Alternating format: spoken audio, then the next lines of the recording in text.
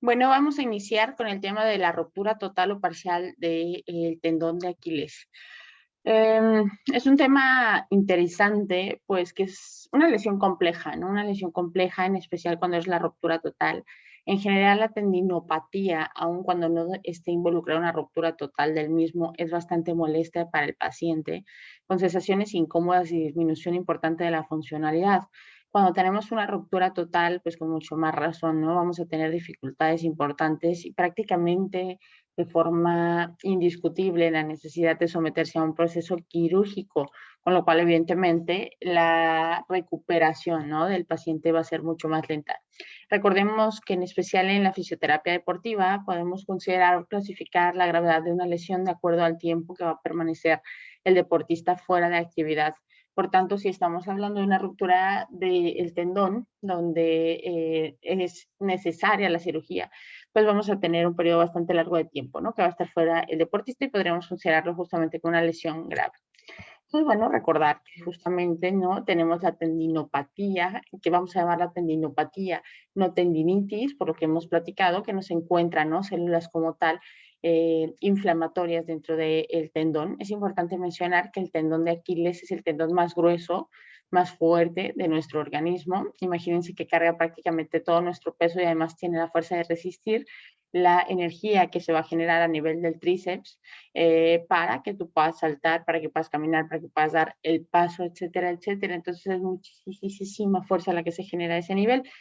Entonces, bueno, ¿qué vamos a encontrar de manera general cuando tengo ya una tendinopatía? En la tendinopatía voy a encontrar sensación de rigidez o acartonamiento, principalmente después de periodos largos o largos, ¿no? O sea, medianamente largos de tiempo sin moverse. Por ejemplo, cuando una persona está trabajando, se siente un buen rato en la computadora, se siente un buen rato en el escritorio y después se pone de pie, suele sentir esa sensación de dureza o rigidez, ¿no? A nivel de su tendón.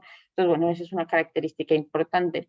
Vamos a tener evidentemente dolor a la palpación. La palpación del tendón debe realizarse por la parte superior. Si tengo a mi paciente en decúbito prono, su piecito colgando, ¿no? Como en posición neutra, para que alcance a salir de la cama.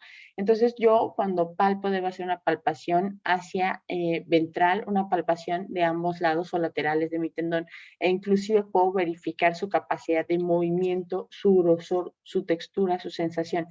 Y si no hay ningún tipo de prominencia o hueco en el trayecto del cuerpo del tendón, al igual que en qué zona está él generándose, se está presentando el dolor, ¿no? Es una zona más caudal, una zona media, ¿sí? Lo encuentro cuando entro por lateral hacia el tendón en lugar de por la parte superior, todo ese tipo de cosas, porque además muy cerca de ahí también van a pasar, por ejemplo, los tendones peroneos por la parte lateral y el tendón del tibial, por ejemplo, posterior en la parte medial, por lo tanto tendría que hacer una diferenciación e inclusive pasa por ahí el tendón del flexor del primer, perdón, ortejo.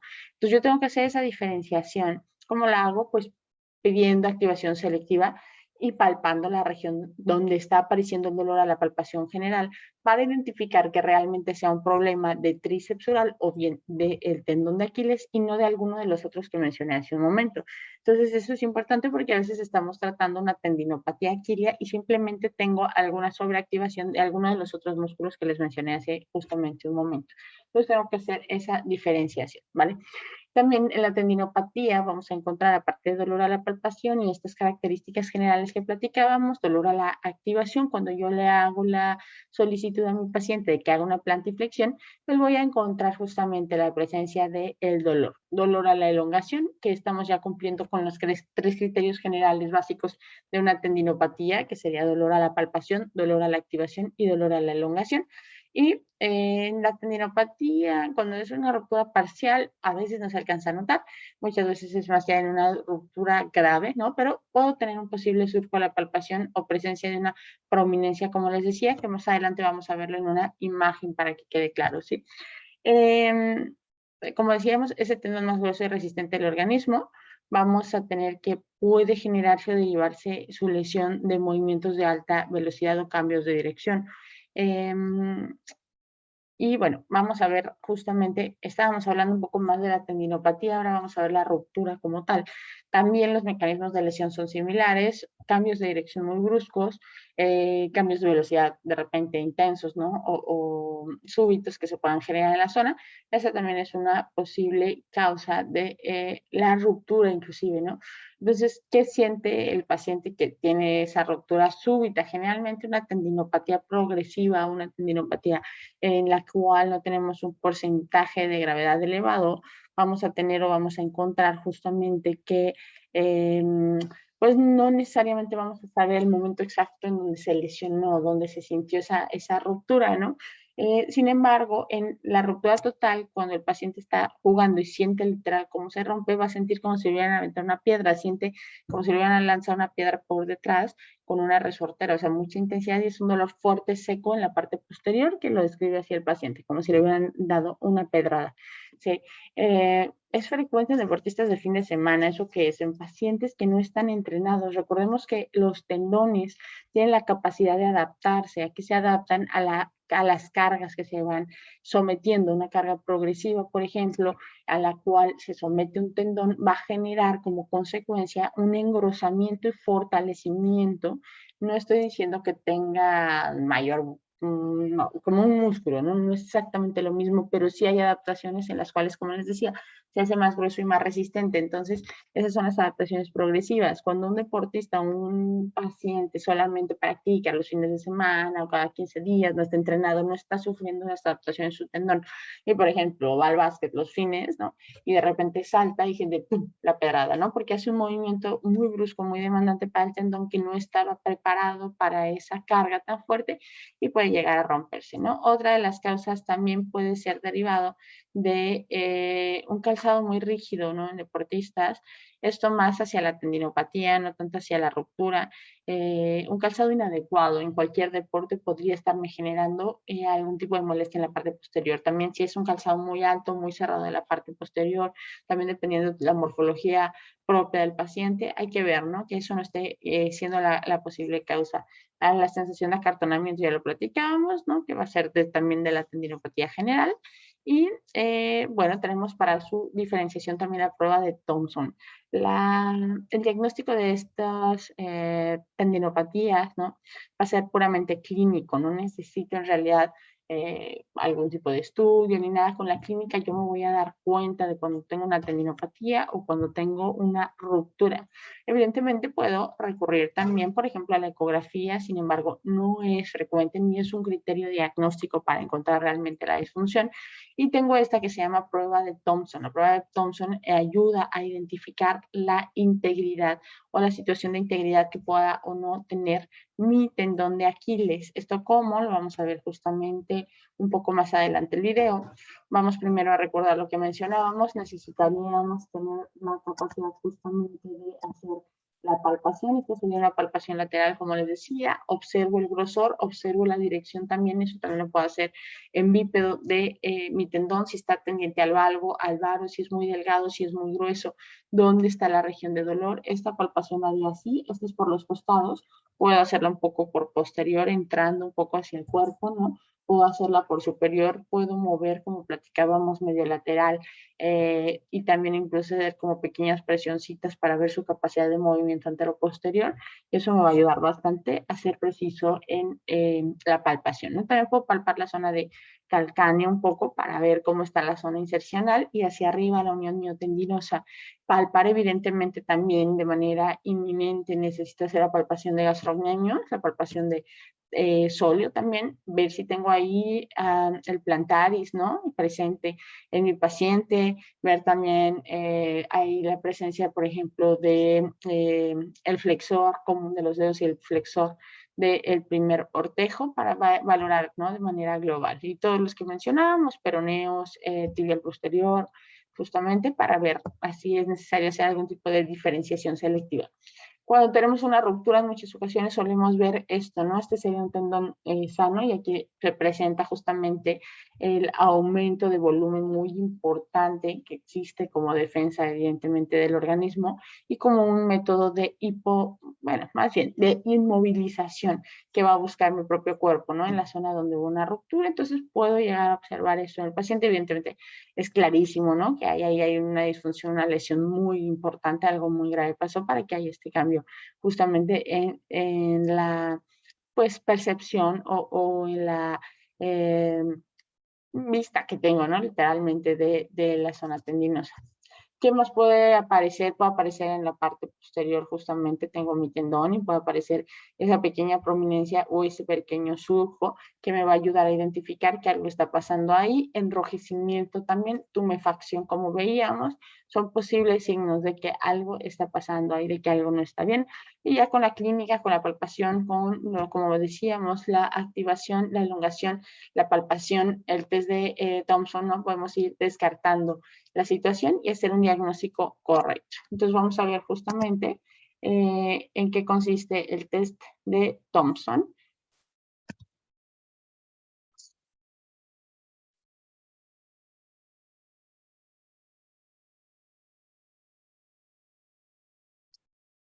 Aquí lo vamos a tener. Paciente en prono, ¿no? El piecito tiene que quedar libre, ligeramente fuera de la cama. Igual esa es la mejor posición para revisar al paciente, la palpación, todo, ¿no? En toda esa parte. Lo que voy a hacer es presionar justamente el vientre muscular de la zona de gastrocnemios y debo tener un movimiento de plantiflexión. Cuando no hay plantiflexión al movimiento, en esos casos es cuando es positivo, ¿no? La prueba. Vamos a verlo una vez más. Ahí está. Ese movimiento, si está ausente, sería una ruptura de tendón. Sí, es una prueba muy simple, pero bastante útil para poder hacer el diagnóstico, ¿no? de nuestro paciente. ¿Va? Entonces, bueno, muy sencillo, muy útil y bastante específico, ¿no? O sea, es bastante certero. Entonces, esa es la manera en que yo simplemente puedo ver cuando presiono y no hay movimiento en el pie, entonces estaríamos hablando de una ruptura del tendón, ¿bien? Es muy importante de hacer esa diferenciación. Como decíamos, ¿no? En estudios de imagen, pues puedo pedir una ecografía. La ecografía me va a ayudar a identificar el porcentaje de ruptura que tengo. También sirve una rotura total o parcial, evidentemente, pero no es indispensable para el diagnóstico porque clínicamente es muy claro, ¿no? Clínicamente es muy claro cuando tengo este tipo de disfunción, entonces no va a ser indispensable, puede ser de utilidad dependiendo del caso específico. También, evidentemente, si fue derivado de un trauma directo, de una contusión, de algún otro tipo de problema, pues puedo descartar la presencia de alguna fractura o lesión de alguna otra estructura por medio de un estudio de imagen, ¿no? Que me ayude justamente a identificar o hacer esa diferenciación. Vamos a la parte interesante, ¿no? Que va a ser el tratamiento. Cuando tengo una ruptura parcial o una tendinopatía como tal descrita, sin necesidad de que sea una ruptura de mi tendón, lo que vamos a presentar, pues los síntomas que mencionamos, pero vamos a buscar contener, ¿no? Entonces voy a tener la posibilidad de usar justamente crioterapia para contener inflamación, para dar anestesia a la zona. También, como siempre les he dicho, en las tendinopatías, crioterapia en especial, en zonas donde se usa mucho el tendón que está involucrado. ¿Por qué? Porque es como si todo el tiempo estuviéramos agudizando la lesión. Entonces, crioterapia va bien, periodos cortos de tiempo, varias veces en el día. Tratamiento del tejido blando. Recuerden que el tendón depende en totalidad de la situación del músculo, porque el músculo es quien le manda al tendón. Si mi tendón o mi músculo está acortado, está demasiado tenso, entonces en esos casos en particular, pues evidentemente voy a encontrar que requiero, ¿no? Tratar el músculo para solucionar o solventar la situación del tendón. Entonces yo podría trabajar justamente la zona de gastrocnemios, la zona de sóleo y como mencionábamos los flexores, ¿no? de los dedos para ayudar a disminuir la tensión directa que pasa por la zona y por estructuras cercanas o aledañas. Quito tensión en gastrocnemios, en ambos gastrocnemios, quito tensión en sóleo, súper bueno. Y también puedo trabajar los tabiques intermusculares de un gastrocnemio en relación del otro, ¿sí? Para que mejore la movilidad, ¿no? O también de los gastrocnemios con los músculos anteriores. Entonces es muy importante tratar el músculo porque de ahí va a venir la sobrecarga o la sobretensión muchas veces que va a ser más propenso a la presencia de la lesión del tendón. Bien, vamos a tener también que tratar la parte sintomática, el dolor, que puedo usar evidentemente cualquier tipo de medio físico que yo desee utilizar como método analgésico, alguna corriente analgésica farádica, ¿no? Que no sea agresiva, es una zona sensible, va a estar hipersensible en la zona del tendón. Puedo utilizar TENS, puedo utilizar interferenciales, la corriente que sea de mi preferencia que me pueda producir algún tipo de efecto analgésico importante, ¿no? Puedo utilizar un poco, sí, un poco podría ser, no estaría mal también un poco de ultrasonido, no sé, láser, lo que a ustedes les gusta utilizar en cuanto a analgesia, ¿no? Evidentemente también la parte de dolor puede disminuir simplemente por el tratamiento mecánico de la zona muscular, porque le estoy reduciendo la tensión de manera indirecta a mi tendón, entonces va bastante bien. Reposo relativo, dependiendo de la situación, dependiendo si es un deportista esporádico, si es un deportista amateur, si es un deportista profesional, etcétera, etcétera, pero siempre tengo que cuidar, cuando ya está la tendinopatía y la presencia en especial del acortonamiento, etcétera, etcétera, no excederme porque puedo llegar a la ruptura y la ruptura, como hemos platicado, mucho más lenta de tratar, ¿sí? Mucho más lenta de tratar, entonces no es lo que quiero, ¿sí? Reactivación muscular, ¿no? Lo vamos progresando, ya estamos controlando dolor, ya estoy recuperando movilidad, estoy disminuyendo la sensación de acartonamiento, perdón. Entonces voy a buscar reactivación muscular. Para esto tendré que haber hecho antes el tratamiento de tejido blando, como platicábamos, la analgesia para la parte sintomática, movilizaciones pasivas, inclusive movilizaciones activas libres. Y estiramientos, ¿no? Para que pueda llegar a esta parte de empezar a buscar la reactivación muscular, dolor ya muy controlado, ya no hay sensación de acartonamiento que podría ser ahí el que marca, ¿no? El cambio un poquito de la orientación del tratamiento, ya no tengo esa sensación de acartonamiento, entonces sigo trabajando con el resto del tratamiento, ¿no? O sea, puedo avanzar en realidad. Recuperación de la extensibilidad muscular. Ya había hecho algunos estiramientos pasivos sostenidos relativos, ¿no? Analíticos, pero puedo progresar ya, puedo empezar a forzar más mi tendón, puedo empezar a llevarlo a niveles de elongación más importantes.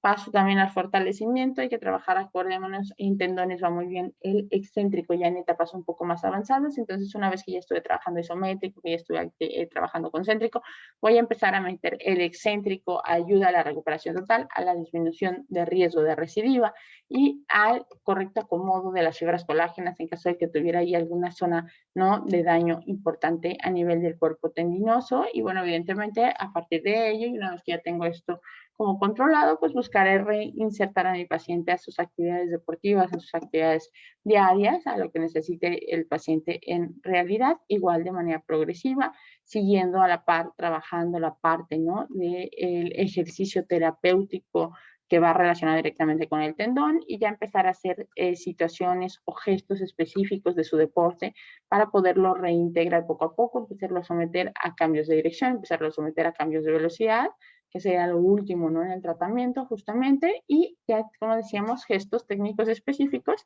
de mi deportista en particular o del deporte que esté práctica. Ante una ruptura total, evidentemente tendré que, mi paciente va a estar sometido a un proceso quirúrgico.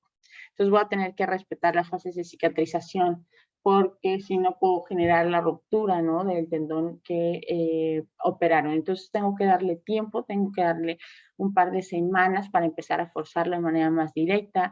Tengo que respetar y tener una comunicación muy buena con mi trauma, mi ortopedista, para que me indique cuándo desea que empiece a hacer el apoyo, si va a ser un apoyo después de un par de semanas, etcétera. Todos esos detalles son muy importantes. Aun cuando el paciente tenga una indicación de no apoyo, yo puedo trabajar la musculatura.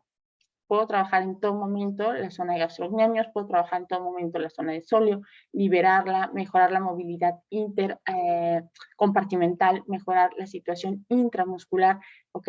mejorar todo eso, quitarle tensión, disminuir el dolor de la zona, poner también tratamiento sintomático, puedo poner corrientes para relajar la musculatura, puedo utilizar punción seca en la parte superior en la musculatura, no hay ningún problema. Yo no voy a trabajar nunca sobre el tendón directamente en etapas muy tempranas, ¿no? Pero sí en las zonas aledañas. Si la cicatriz está en una región incluso del mismo vientre, perdón, del tendón, puedo trabajar alguna otra zona del tendón, sí, muy suave, sin ser invasivo, puedo trabajar movilidad pasiva, pues, bueno, evidentemente, ¿no? De la zona del calcáneo y de manera indirecta generar un efecto sobre el tendón, ¿bien? Entonces, muy importante empezar a trabajar desde etapas tempranas la parte muscular y la movilización indirecta del tendón, aunque estemos en periodo de recuperación de la cicatriz, ¿no?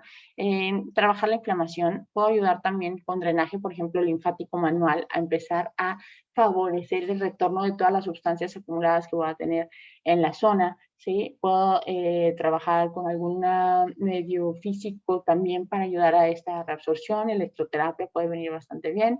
Evidentemente tengo que cuidar la cicatriz, no puedo poner directamente sobre la cicatriz cuando aún no está bien cerrada, pues ni geles, ¿no? Ni estar metiendo al agua, por ejemplo, el pesito en paciente para evitar algún desprendimiento de una costrita y prevenir algún tipo de infección que se pueda generar. Una vez que ya no tengo costritas, puedo empezar a trabajar la cicatriz de manera muy suave. La cicatrización va de afuera hacia adentro, entonces por dentro todavía no va a estar bien cicatrizado, va a estar muy sensible, pero puedo empezar a trabajar poco a poco la movilización para prevenir y disminuir riesgo de adherencia, tendinizaciones, invaginaciones, adherencias miofasciales que podrían limitar de manera general la movilidad de toda la articulación tibio-astragalina. Entonces también una de mis prioridades va a ser que mi cicatriz sea útil, sea funcional, ¿sí? Eh, bueno, ahí voy a empezar a trabajar movilización parcial, ¿no? Pasiva.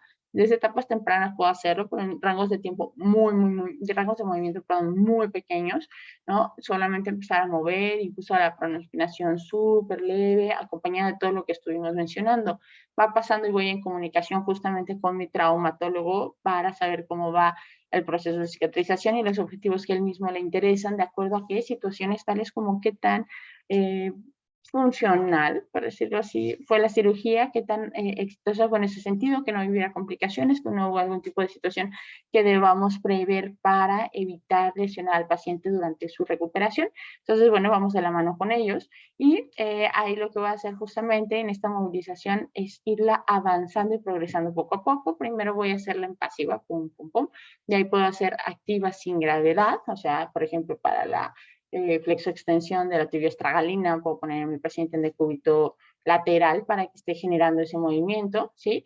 Y bueno, luego voy a activa asistida, activa libre, y ya progresivamente podré ir trabajando también ya el fortalecimiento, ¿no? Y la activación del mismo, descargas de peso, empezar a ir soltando justamente la parte de las muletas, empezar de 2 muletas a una muleta, de una muleta a bastón, la recuperación de y reeducación de la marcha muy importante. Bueno, ahí vamos en esta primera etapa con estiramientos también, estiramientos para recuperar la extensibilidad del tejido que va a estar muy retraído, recuperar la movilidad total de la zona y, bueno, ir progresando en ese sentido, ¿no?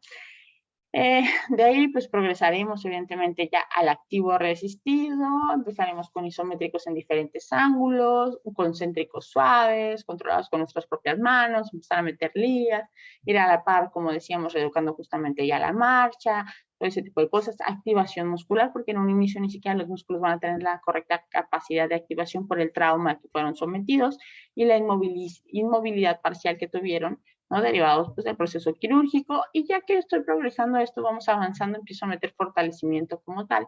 Evidentemente, nada de cambios bruscos de velocidad, nada de pliometrías, etcétera, que es mucha tensión o mucha fuerza mecánica que se generaría, ¿no? En la parte del tendón. Entonces, eso va a ser la última etapa también.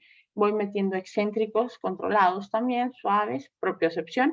Y ahí ya entonces, ya que tengo todo esto dominado, después de tal vez unos 4, 5 mesecitos de estar trabajando todo en conjunto, empiezo a meter ya mucho más intensidad, mucho más cambios de dirección, un poco de saltos suaves. Evidentemente también esto va a ser progresivo, ¿no? En intensidad y dificultad del ejercicio que estamos haciendo, actividades técnicas específicas, todo eso ya lo puedo empezar a meter, siempre acompañando, ¿no? Independientemente de la etapa, asegurándonos que la cicatriz, como decíamos, esté lo más sana posible, la movilidad lo más completa, evitar o identificar si tengo algún fallo postural, posicional, perdón, de alguna de las articulaciones de la zona que podría ser derivado de tanta tensión muscular que se va a generar como mecanismo reflejo, ¿no? De la situación de trauma a la que se fue sometida la zona tendinosa. Y bueno, prácticamente con eso podría hacer una recuperación completa y total de mi paciente hasta llegar justamente a su reinserción a la actividad deportiva que